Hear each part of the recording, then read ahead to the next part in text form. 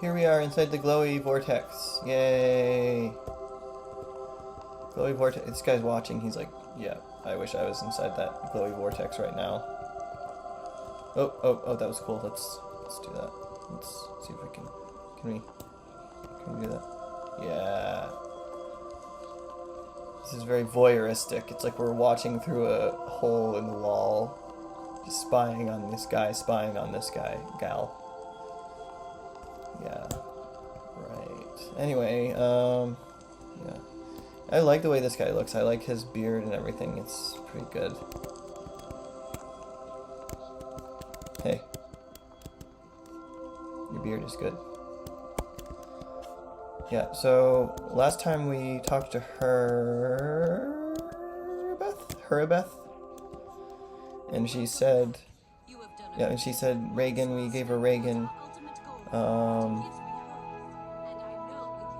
heal my wounds. What are the temple service? Yeah, so we get some nicer armor there. That's 154.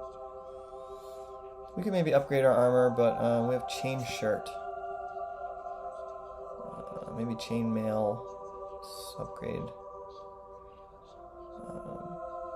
I'm not gonna worry about it though. Who cares, right? It's fine. We have boots of the sun soul. Yeah, so these items are thousands. These are really a lot more expensive. There's like a major economic discrepancy between just non-enchanted and enchanted items, and that makes sense. It makes sense. And that's how it is, like in regular D&D. I think, if I recall correctly, it's kind of like that. Because finding an enchanted item is depending on the campaign setting. A lot of settings it can be very rare to find enchanted things, and the vast majority of things are not enchanted. Therefore, the rare occasion you find an enchanted one, it will be worth a whole lot more. But I think I might have. Welcome back. We were just trying to see if she had creatures. Beggar's Nest. Okay, so yeah. So goodbye. Thank you. We wanted that name of that place called Beggar's Nest. But yeah, I think I've talked about it in previous Let's Play when I was talking about Elder Scrolls. Or maybe it was one of the Elder Scrolls Let's Plays where I was talking about... is this the way out?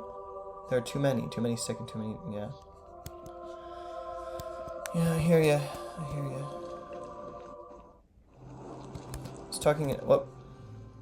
Pull left. Where is this? This is... Right, this is like some... This was a gatekeeper guy, right? He was like a gatekeeper book guy. He's like, I'm a temple, right? This temple person, but he was being, what do we have? Return of the, oh no, we don't want that. Let's not have the beast return, how about that? I'm just gonna leave.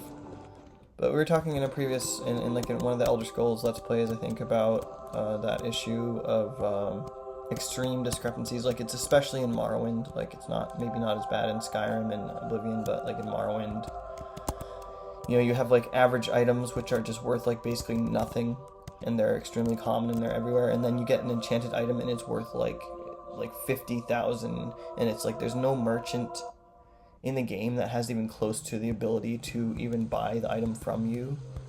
So like it's just the whole issue of like enchanted items and how they break economies in games, because it would be very strange if you had...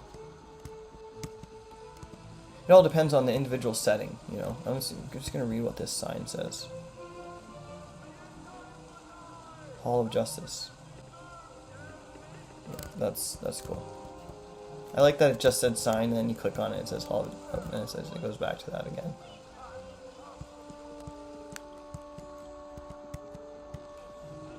Yep, I'm gonna do some spinning in place.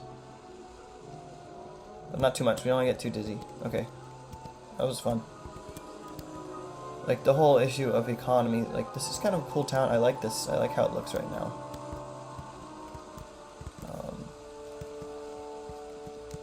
Like, it depends on if you're... Oh, death is the price we pay for something. Oh, for our arrogance. Oh, yeah. That's true. That is true. That's a really good statement, guy. You. Mullen, the administrator. Yeah. That's the face of an administrator. I think it's the ponytail that does it. It's always the ponytails in this game. But the ponytail, or man bun rather. It's kind of like a man bun going on. Top knot / man bun type of thing. Just screams administrator. Lord Nasher's man and find cure soon. Hi. I wish I shared your optimism. Yeah. I get it. Like, if I looked like you, I might not be... No offense. No offense, but... I might be less optimistic. Ariette's not usually going to be judgmental of people's looks like that, but it's just a thing to say. You never know, like, what, and it's nice in a game or in a story when you have a surprise character, an unexpected character. It's one of my favorite things is a character that I'm just enjoying, like, running around this town and checking out how it looks right now and blabbing. Like, he could be like he just looks kind of like, is it the Munsters? Kind of looks like the Munsters, like, or like one of those, like, type of thing, like, or the Addams Family type of character, or like a, you know, like a Frankenstein type, almost type of character. But then if he turns out to be like the opposite of, like, personality of that, like, it'd be kind of cool. Okay, so anyway, yeah, so what I was saying about the economies is, it depends on if it's a high or low magic setting, right? And personally, I love high magic settings a lot. You know, if you compare, like, maybe something like, just to use, like, extremely, you know, I bring this up once in a while just because it's extremely well-known and famous. Well-known is, like, Game of Thrones, right? So, like, Game of Thrones is, like, a low magic setting because there is magic in it, and there's, like, you know, there's you get dragons and stuff, but the fact is that the majority of the people in that setting are just not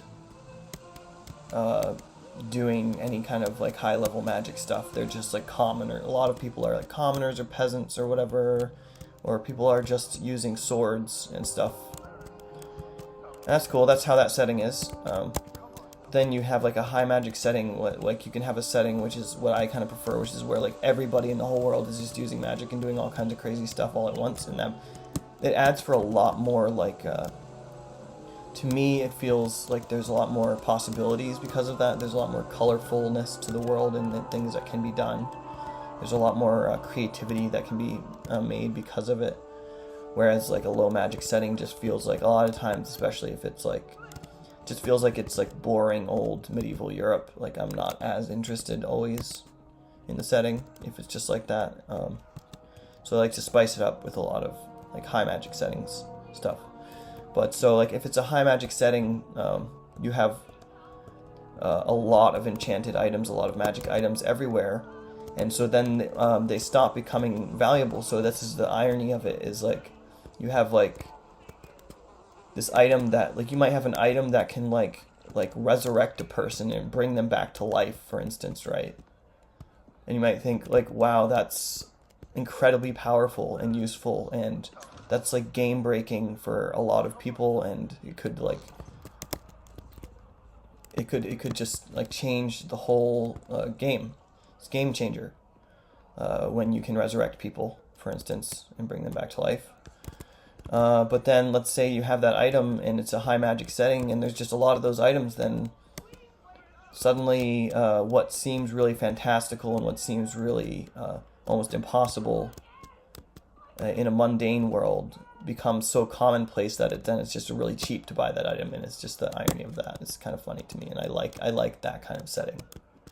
I like those kind of settings probably more usually than a very fantasy realism, you know, a setting that's just grounded in too much realism. It's boring to me. So anyway, that's enough of my rant about fantasy settings. I hinted at it in a previous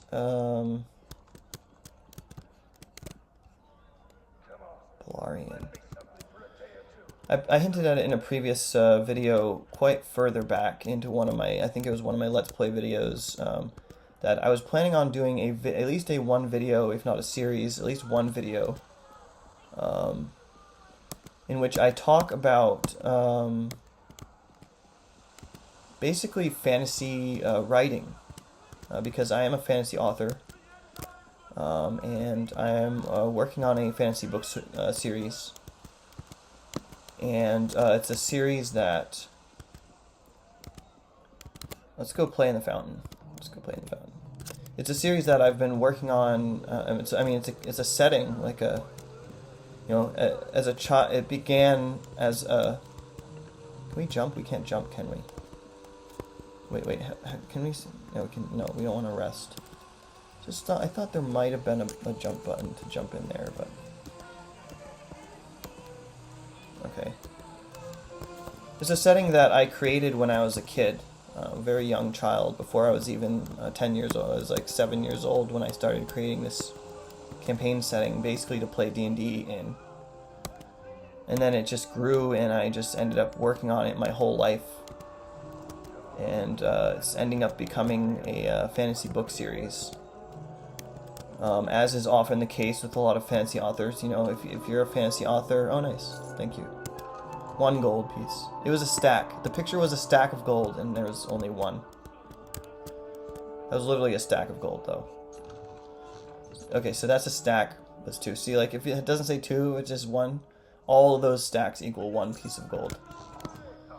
I like that. That's fine.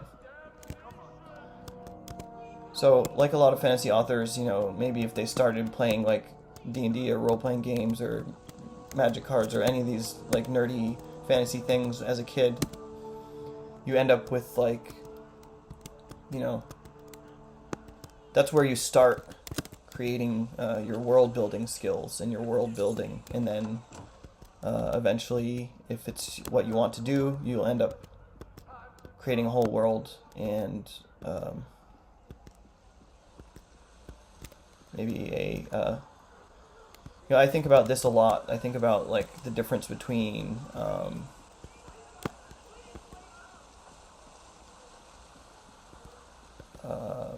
like world building versus story writing or narrative writing, and how, like, you know, one of the make peace with your gods, like the phantom before us or like the Philorm before us we were doomed.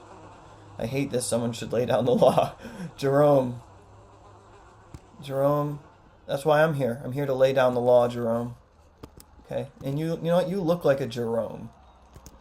Not to judge by looks once again, but I just feel like you should be Jerome. I'm glad you're Jerome. I'm really glad. Are you a dwarf? Are you a dwarf, or are you just a shorter human? Like, those are dwarfs, right? There's dwarfs. The setting. Yeah. So, like, people talk about how, like, Tolkien created Lord of the Rings because he started by creating a language, and he made up his own language, and then after the language he was like, oh, I need a world for this language to inhabit, so then he created the world almost as an afterthought to the language, which is really cool. You know, lore, Tolkien-esque lore or whatever, lore behind how the Lord of the Rings setting, Middle-earth, was created. So I think a lot about that kind of stuff. But anyway, so I was planning on doing a video, which I may do very soon, in which I discuss fantasy fiction writing. Just give some tips on some of the things I've learned over writing, you know, fantasy fiction over the years. So that would be kind of a fun thing, maybe, for people to look out for if you're into that type of thing. If you're into writing at all, even if you're not into becoming a professional writer, but maybe if you're into like DMing or GMing, game mastering, doing any kind of tabletop settings, any type of creating world building settings, any of that kind of stuff. That's what the video is going to be about. So just give a heads up to that. So now we've wandered enough. What we're looking for is Beggar's Nest, right?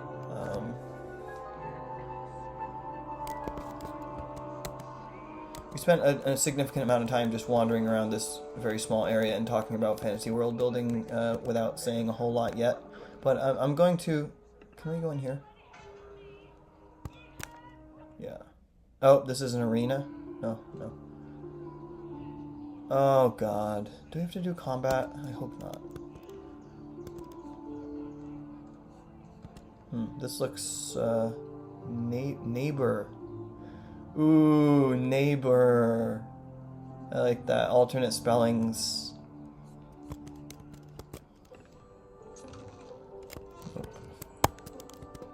I'm not going to identify myself. I'm going to see if it matters.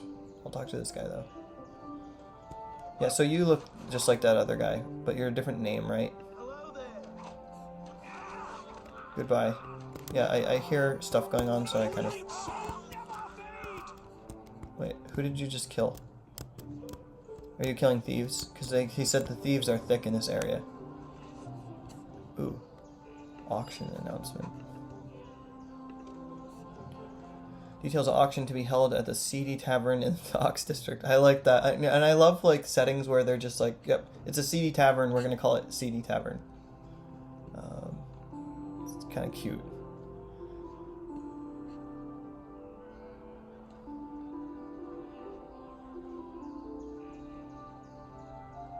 And bring this to the attention of the city guard will be dealt with in a manner that suggests finality. Seal of that is that of the Blood Sailors, a group of pirates. Oh, Blood Sailors, that's a cool name for a pirate group. Yeah. Yeah, so that's what I meant about liking some of the names of the things, the characters and locations in this Forgotten Realms setting. I just like I like the way they chose to name a lot of the things. I think they're good fantasy names a lot of the time, and that's rarer than you might think. You know, a lot of times. What do we have here? Is this a tavern? Is this seedy tavern? No, this is cabinet. 2 gold in it. Nice. Cabinet. Oh. Dock citizen.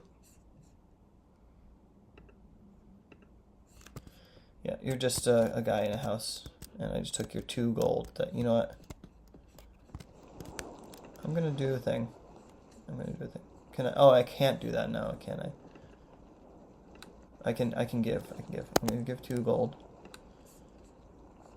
And put it back. Yep. And I know that won't change our alignment, but it's our way of being lawful good. Even though it didn't do anything to the game mechanics, this paladin bard will not be stealing 2 gold from people inside their houses anymore. Oh, great. Yeah, okay. Yeah. That's kind of annoying. I didn't want to have to deal with this right now.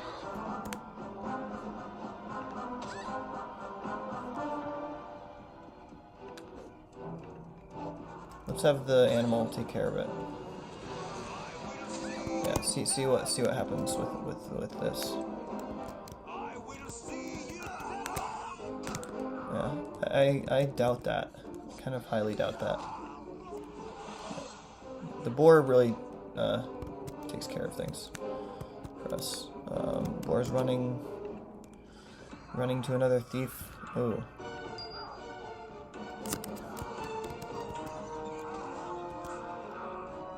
A lot of thieves in this area. So, but I was seeing. Do we have a description of this map. That's the CD Tavern. So we were looking for what was it called? The Beggar's Nest? And I feel like this is prime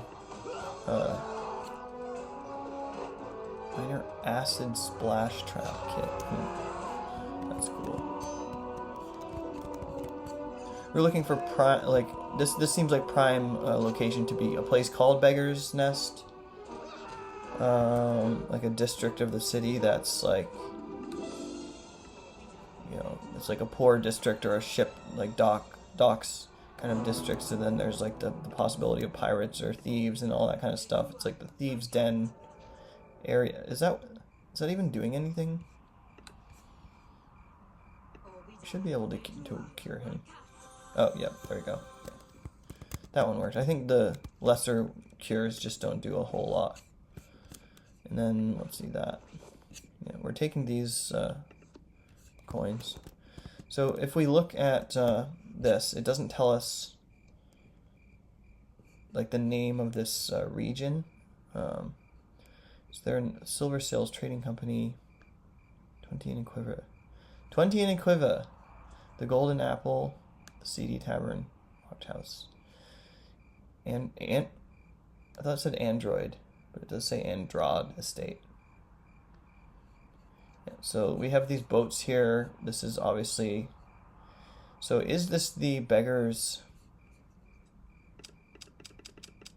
Did it tell us when we entered here? If this isn't the Beggar's Nest, then I would kind of be surprised. I feel like it kind of feels like it is, but I just wanted to see if I could make sure anywhere in the interface.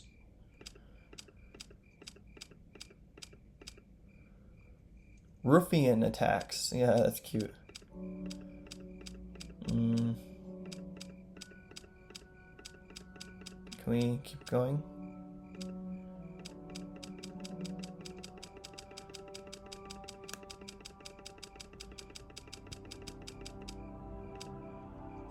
Docks.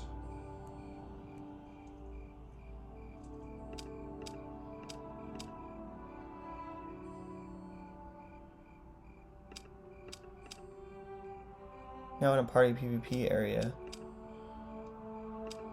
Yeah, so it didn't tell us. It told us we're in a party PvP area, and then they told us this docks. It's in its docks. So maybe we should just head back to the city core. I feel like this could be the area, you know. But maybe not. Maybe it's not.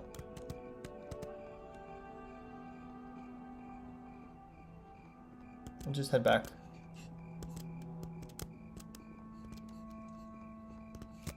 Yeah, we checked those. Oh, we can talk to them. Let's just talk to them real quick and see if we can glean anything from that. And yes, we're taking all the coins. Guard. Gate captain.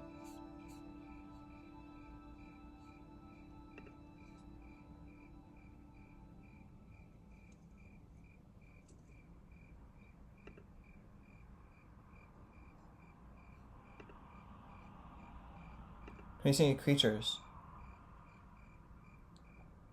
Asking about Wardavian, yeah. Bah! I got a briefing about those, alright. And then I was stuck here. Why tell me about them if I'm not going to be looking? The only thing I see while I'm standing here is more blasted thieves. Let them all rot. Yeah, so we could say we'll help out. But I think we're going to pause the video for now. And we're going to save. We'll do a real save too. Yeah, sure. Sure. And we'll come back in the next video. This one was kind of just talking about random stuff and not getting a whole lot done in-game, but that's okay. And I enjoyed it anyway. Hopefully, maybe you did or got something out of it. Maybe in the next video, we'll continue searching for specifically the Beggar's Nest area. So, thanks for watching.